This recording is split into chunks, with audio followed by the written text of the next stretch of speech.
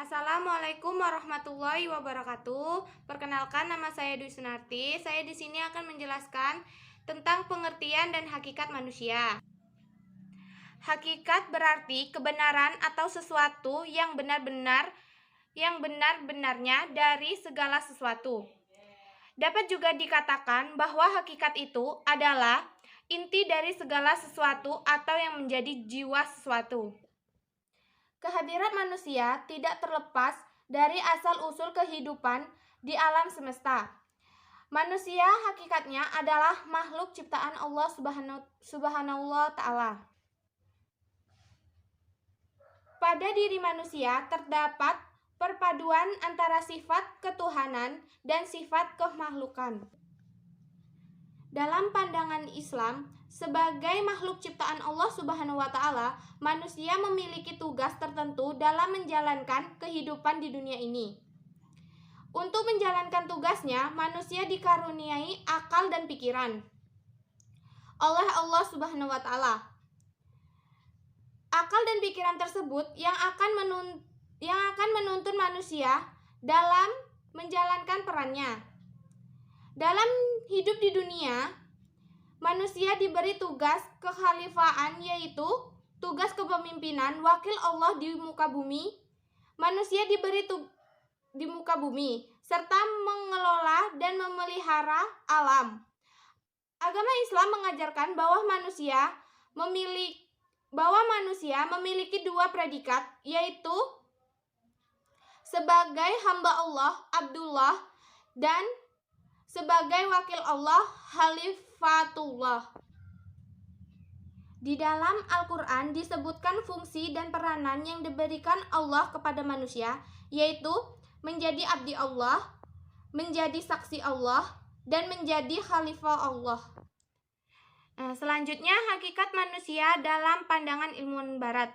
Yang pertama, menurut filsuf Plato, ia memandang manusia terdiri dari jiwa dan tubuh. Yang kedua, menurut Silvus Aristoteles, menurut pandangan Aristoteles, manusia adalah animal rationale karena menurutnya ada perkembangan yang terjadi pada manusia. Yang ketiga, menurut Silvus Thomas Aquinas, mengajarkan bahwa pada mulanya manusia mempunyai hidup kodrat yang sempurna dan diberi rahmat Tuhan. Yang keempat, menurut Silvus Augustinus, manusia perlu mengendalikan nafsu seksnya. Yang kelima, menurut Karl Marx, melihat manusia melalui strukturnya yang lebih kompleks, yaitu masyarakat. Hakikat manusia dalam perspektif Al-Quran. Berbicara tentang manusia adalah merupakan pembahasan yang sangat kompleks, di mana kita memenuhi banyak definisi yang berbeda-beda dari banyak pendapat para ahli dari berbagai disiplin ilmu telah mengemukakan jawaban yang bervariasi tentang manusia. Ahli ilmu matematik atau logika menyatakan bahwa manusia adalah hewan yang berpikir. Sedangkan ahli antropolog atau budayawan menyatakan bahwa manusia adalah makhluk budaya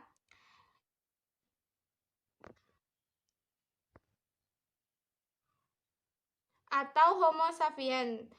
Daktum Agawaman menyatakan bahwa manusia adalah makhluk yang senantiasa bergantung pada kekuatan supranatural yang ada di luar kekuatan dirinya. Namun di dalam Al-Quran terdapat banyak kata yang mengindikasikan tentang manusia dengan kata berbeda-beda, antara lain al-bashar, an-nas, dan bani Adam. Berdasarkan konsep al-bashar, manusia tidak jauh berbeda dengan makhluk biologis lainnya. Al-bashar adalah gambaran manusia secara materi yang dapat dilihat memakan sesuatu, perjalanan, dan berusaha untuk memenuhi kebutuhan hidupnya. Dengan demikian, kehidupan manusia terkait kepada kaidah prinsip kehidupan biologis seperti berkembang biak, mengalami fase pertumbuhan dan perkembangan dalam mencapai tingkat pematangan dan kedewasaan. Dalam konsep Al-Bashar tergambar tentang bagaimana seharusnya peran manusia sebagai makhluk biologis, bagaimana ia harus berperan dalam upaya memenuhi kebutuhan primernya secara benar menurut tuntunan yang telah diatur oleh penciptanya. Kata Anas dalam Al-Quran mengindikasikan tentang fungsi manusia sebagai makhluk sosial, bagaimana ia hidup bermasyarakat dalam lingkungannya melalui dari tingkat keluarga, masyarakat, hingga pada kawasan yang lebih besar dan kompleks lagi seperti bangsa.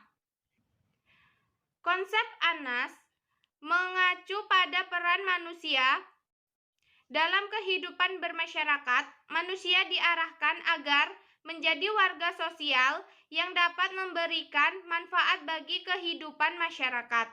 Kata al-insan yang menurut Quraisy Shihab terbentuk dari akar kata nasya yang berarti lupa. Penggunaan kata al-insan sebagai kata bentuknya yang termuat dalam Al-Quran mengacu potensi yang dianugerahkan Allah kepada manusia. Pengertian personal aspek atau kepribadian manusia adalah corak tingkah laku sosial yang terdiri dari corak kekuatan, dorongan, keinginan, opini, dan sikap yang melekat pada seseorang, jiwa berhubung dengan orang lain atau menanggapi suatu keadaan. Istilah kepribadian adalah konsep yang luas sehingga tidak mungkin membuat definisi berlaku untuk semua orang. Dapat dilakukan kepribadian merupakan latar belakang corak perilaku seseorang. Terdapat 5 sifat kepribadian yang dimiliki oleh seseorang. 1. Extraversion. 2. Agreeabilis.